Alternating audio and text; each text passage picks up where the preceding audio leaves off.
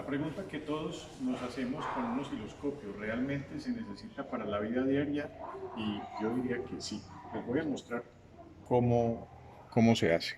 En el día a día de nuestro diagnóstico, el osciloscopio es una herramienta fundamental.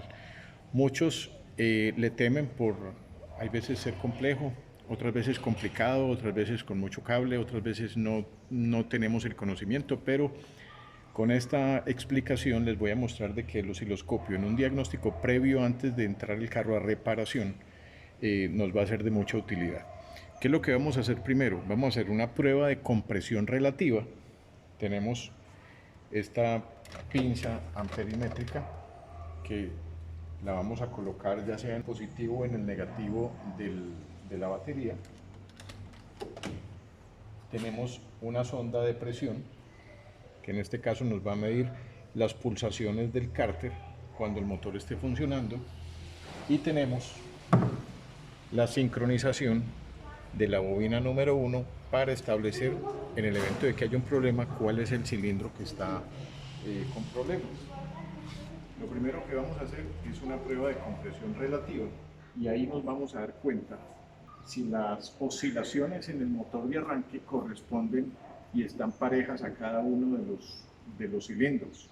En el evento de que no encontremos una señal pareja en todos los 4 cilindros, la sonda de presión nos va a ayudar a identificar cuál es el cilindro que está malo, y lo vamos a corroborar con nuestra marca de sincronización que tenemos aquí. Vamos a realizar entonces la prueba de compresión relativa en este motor.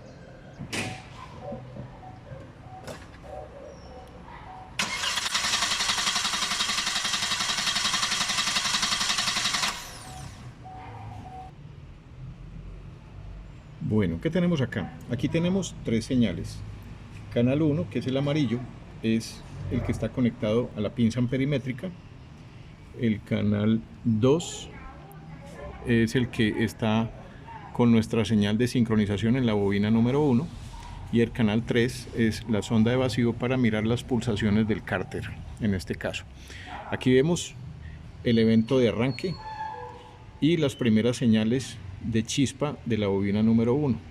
Nos vamos corriendo para acá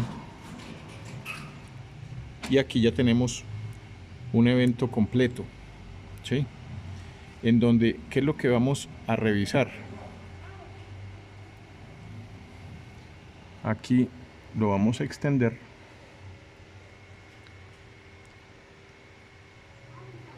y entre este punto y este punto son 720 grados de giro, o sea, un ciclo completo de combustión.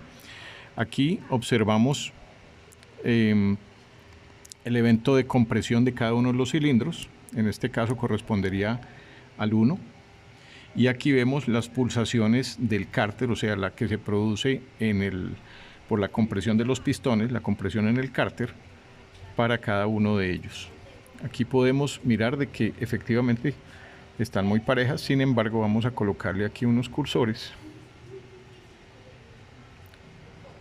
para que lo podamos identificar mejor.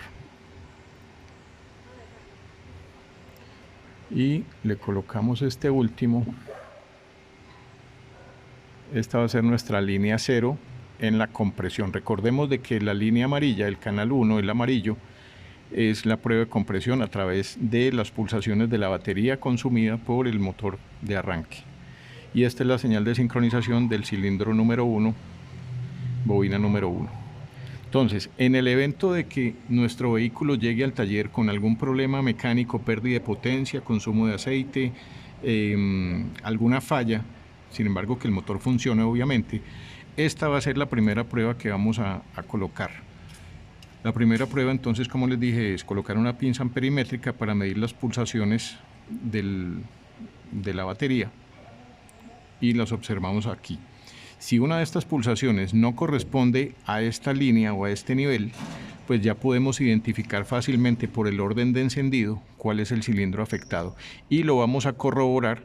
Si el problema es de anillos, entonces lo vamos a visualizar de este lado.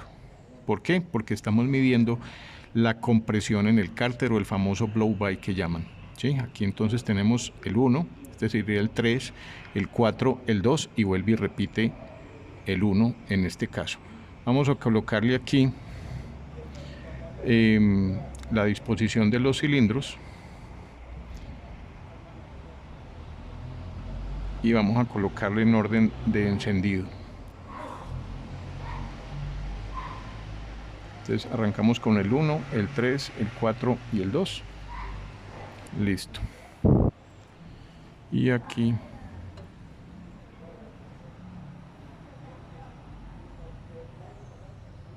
entonces aquí tenemos el evento del 1, el 3, el 4, el 2 y vuelve y repetiría el 1 aquí. Con esta gráfica pues podemos visualizarlo de una forma más sencilla. Ahora bien, yo puedo utilizar esta sonda para la parte de admisión y mirar si el problema no corresponde al cárter, sino que corresponde a la parte de válvulas, a la parte de válvula de admisión. O también puedo colocar esta misma sonda en la parte de atrás, en el tubo de escape, para mirar unas pulsaciones muy similares a estas y determinar si el problema está ubicado en las válvulas de escape. Como conclusión, llegamos a que el osciloscopio sí sirve para diagnóstico número 1 cuando el vehículo nos llega al taller. Con esto nos demoramos 5 minutos, de pronto 6 quizá, en hacer la prueba y determinar cuál es el problema mecánico que tiene nuestro vehículo.